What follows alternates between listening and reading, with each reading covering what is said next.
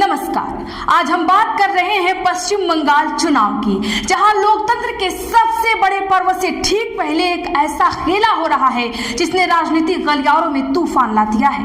ममता बनर्जी की रातों की नींद उड़ गई है और सत्तारूढ़ तृणमूल कांग्रेस का गुस्सा 7वें आसमान पर पहुंच गया है। आज के इस वीडियो में मैं आपको पूरी तफसील से समझाऊंगी कि आखिर सुप्रीम कोर्ट का वो चौंकाने वाला फैसला क्या है, कैसे 20 लाख वोटर्स की किस्मत चुनाव से ठीक पहले अधर में लटक गई है और आखिर क्यों टीएमसी के नेता देश की न्यायपालिका पर अब तक का सबसे तीखा हमला करने पर मजबूर हो गए हैं। तो इस वीडियो को बिना स्किप किए आखिर तक जरूर देखिएगा दोस्तों, क्योंकि बात सिर्फ बंगाल की नहीं, बात आपके और हमारे संवैधानिक अधिकारों की है। दोस्तों, जैसा कि आप जानते हैं कि पश्चिम बंगाल में 23 और 29 अप्रैल को विधानसभा चुनाव होने जा रहे हैं। चुनाव का माहौल है, हर तरफ रैलियां हो रही हैं, वादे किए जा रहे हैं, लेकिन इन सब के बीच चुनाव आयोग की एक प्रक्रिया चल रही है जिसे स्पेशल इंटेंसिव रिवीजन यानी SIR के नाम से जाना जा रहा है। इस प्रक्रिया के तहत राज्य की मतदाता सूची को बारीकी से खंगाला गया है। आप ये जानकर हैरान रह जाएंगे कि इस प्रक्रिया के तहत लगभग 60 लाख लोगों के नामों पर आपत्तियां दर्ज की गई हैं और उन्हें अंडर एडजुडिकेशन यानी जांच के अधीन में डाल दिया गया है। मुख्य चुनाव आयुक्त ज्ञानेश कुमार के आंकड़ों के मुताबिक इस वेरिफिकेशन के बाद राज्य के कुल वोटर्स की संख्या 7.04 करोड़ से घटकर 6.44 करोड़ हो गई है। अब ध्यान से सुनिएगा, सुप्रीम कोर्ट में जो ताजा रिपोर्ट पेश की गई है उसके मुताबिक 59 लाख मामलों में से लगभग 59 लाख से ज्यादा मामलों का निपटारा जुडिशियल ऑफिसर्स ने कर दिया है। लेकिन चौंकाने वाली बात यह है कि इनमें से 20 लाख लोगों को यानी 45% लोगों को मतदाता सूची से बाहर का रास्ता दिखा दिया गया है। 20 लाख लोग, यह आंकड़ा कोई छोटा मोटा आंकड़ा नहीं है या किसी भी राज्य की सत्ता को पलटने या उसे बचाने का दम रखता है। दोस्तों, अब इन 20 लाख लोगों को संदिग्ध मतदाता मानकर इनके केस 19 एपीलेट ट्रिब्यूनल के पास भेज दिया गया है। अब जाहिर सी बात है कि जब चुनाव सिर पर हो और 20 लाख वोटर्स के नाम कट जाए तो सत्ताधारी पार्टी टीएमसी कोर्ट तो जाएगी ही। ममता बनर्जी की सरकार की तरफ से सुप्रीम कोर्ट में एक गुहार लगाई गई। वरिष्ठ वकील श्याम दीवान और कपिल सिब्बल ने अदालत में जोरदार पैरवी की। टीएमसी की मांग बहुत ही स्पष्ट और सीधी थी। सामने चुनाव है, अगर ये 20 लाख लोग सच में संदिग्ध है या नहीं, इसका फैसला चुनाव से पहले हो जाना चाहिए। ट्रिब्यूनल को एक सख्त डेडलाइन यानी समय सीमा दी जाए ताकि वो असली वोटर्स हैं, जो भी असली वोटर्स हैं, वो वोट डालने के अपने सबसे बड़े अधिकार से वंचित न रह जाएं। लेकिन यहीं पर आता है इस पूरी कहानी का सबसे बड़ा दर्दनाक ट्विस्ट। सुप्रीम कोर्ट ने टीएमसी की इस मांग को सिरे से खारिज कर दिया है। भारत के मुख्य न्यायाधीश सूर्यकांत, जस्टिस जयमाल्या बागची और जस्टिस विपिन पंचोली की बेंच ने जो फैसला सुनाया वह ममता बनर्जी के लिए किसी बड़े झटके से कम नहीं था। सुप्रीम कोर्ट ने स्पष्ट कर दिया है कि न्यायिक प्रक्रिया की अपनी एक गति होती है और इसे चुनाव के दबाव में जल्दीबाजी में नहीं निपटाया जा सकता है। मैं आपको सुप्रीम कोर्ट के जस्टिस जयमाल्या बागची की वो हम टिप्पणी हूबहू कोट करके बता रही हूं ताकि आप मामले की गंभीरता समझ सकें। उन्होंने अदालत में कहा, जो लोग व्यथित हैं वे अपील दायर करने के हकदार हैं।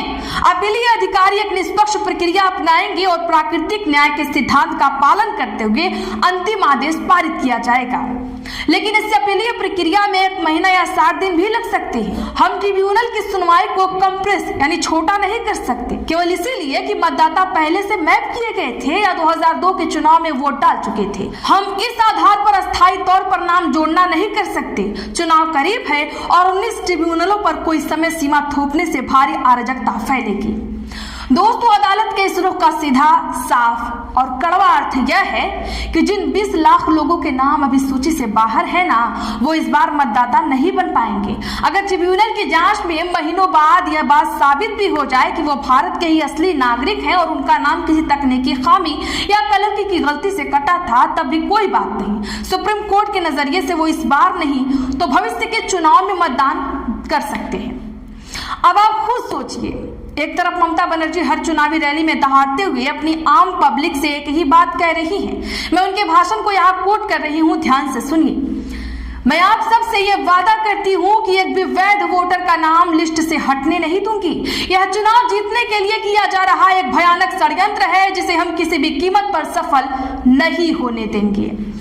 लेकिन सुप्रीम कोर्ट के इस रुख ने ममता दीदी के वादों पर जैसे पानी ही फेर दिया। सत्तारूढ़ टीएमसी के लिए इस फैसले को हजम कर पाना या इसे स्वीकार करना नामुमकिन सा हो गया है।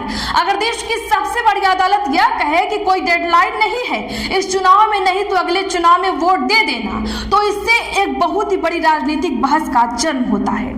और यही वजह है कि टीएमसी के वरिष्ठ नेताओं का न्यायपालिका के खिलाफ गुस्सा ज्वालामुखी की तरह फूट पड़ा है। महुआ मोइत्रा हो, डेरेक ओबराय हो या पूर्व राज्यसभा सांसद साकेत गोखले, सबने एक ही सुर में मोर्चा खोल दिया है। साकेत गोखले ने तो सीधे तौर पर सोशल मीडिया पर न्यायपालिका की भूमिका पर अत्यंत गंभीर सवाल उठाते हुए एक तीखा ट्विस्ट कर डाला। उन्होंने अपने उस ट्वीट में जो लिखा है वह आपको जरूर सुनना चाहिए। मैं उसे अपने शब्दों में कोट कर रही हूँ, ध्यान से सुनिए। यह पूरी एसआईआर कार्यवाही महज एक ढोंग है। न्यायपालिका का सबसे प्राथमिक और पहला काम लोगों के अधिकारों की रक्षा करना है, लेकिन यहाँ न्यायिक दृष्टिकोण यह रहा कि आप भविष्य में मतदान कर सकते हैं, भले इस चुनाव में ना कर सके। बिना किसी पुख्ता आधार के 20 लाख लोगों को उनके वोट देने के अधिकार से रातों रात वंचित कर दिया गया है। स्पष्ट रूप से यह सब केवल इस चुनाव को प्रभावित करने के बारे में है। टीएमसी का यह सीधा आरोप है कि जानबूझकर एक बड़े वर्ग को और खासकर उनके एक तय वोट बैंक को मतदान से रोकने के लिए इस पूरी प्रक्रिया को लंबा खींचा जा रहा है। अगर आपको लग रहा है कि ये सिर्फ हवाई बातें हैं तो जरा जमीनी आंकड़ों पर गौर कीजिए। मुर्शिदाबाद जिले में जहां अल्पसंख्यक आबादी 70% के आसपास है, वहां करीब 11 लाख मतदाताओं को जांच के दायरे में रखा गया है। मालदा में 8.28 लाख वोटर इस लिस्ट में हैं और उत्तर 24 परगना में लगभग 6 लाख वोटर्स का भविष्य अधर में है। ये वो इलाके हैं दोस्तों जिन्हें तृणमूल कांग्रेस का सबसे मजबूत गढ़ माना जाता है। तो क्या वाकई चुनाव से पहले ही ममता बनर्जी के वोट बैंक को खत्म करने का खेला हो चुका है? याचिकाकर्ताओं का सुप्रीम कोर्ट में तर्क बिल्कुल जायज था कि वोट देने का अधिकार एक मौलिक अधिकार की तरह है। अगर छोटी मोटी लॉजिकल डिस्क्रिपेंसी यानी तार्किक विसंगति के चलते आप बीएलओ की गलती से अनिश्चित काल के लिए आपका नाम कट जाए और जांच के लिए कोई डेडलाइन ही ना हो, तो फिर इस चुनाव की जरूरत ही क्या है? किसी को भी उठाकर लिस्ट से बाहर कर देंगे और कह देंगे कि जांच चल रही है। पार्टी का मानना है कि चुनाव के समय यह कहना है कि अगली बार वोट दे देना उन लाखों नागरिकों के साथ अन्याय की इम्तिहान है जो इस बार अपनी सरकार चुनना चाहते हैं। लेकिन दोस्तों क्या किया जाए, हमारी आखिरी उम्मीद हमेशा सुप्रीम कोर्ट से ही होती है। हम सुप्रीम कोर्ट की ओर इस आस में नजर गड़ाए बैठे होते हैं कि जब चारों तरफ अन्याय का अंधेरा होगा तब वहां से न्याय की रोशनी जरूर मिलेगी। लेकिन टीएमसी और उन 20 लाख वोटर्स के मुताबिक आज उनके साथ न्याय नहीं हुआ है। उनके नाम चुनाव से पहले लिस्ट में जुड़ेंगे या नहीं यह अब किसी को भी नहीं पता, क्योंकि कोई डेडलाइन ही नहीं है। ममता को किस तरह से घेरा जा रहा है इसका एक जीता जागता उदाहरण है।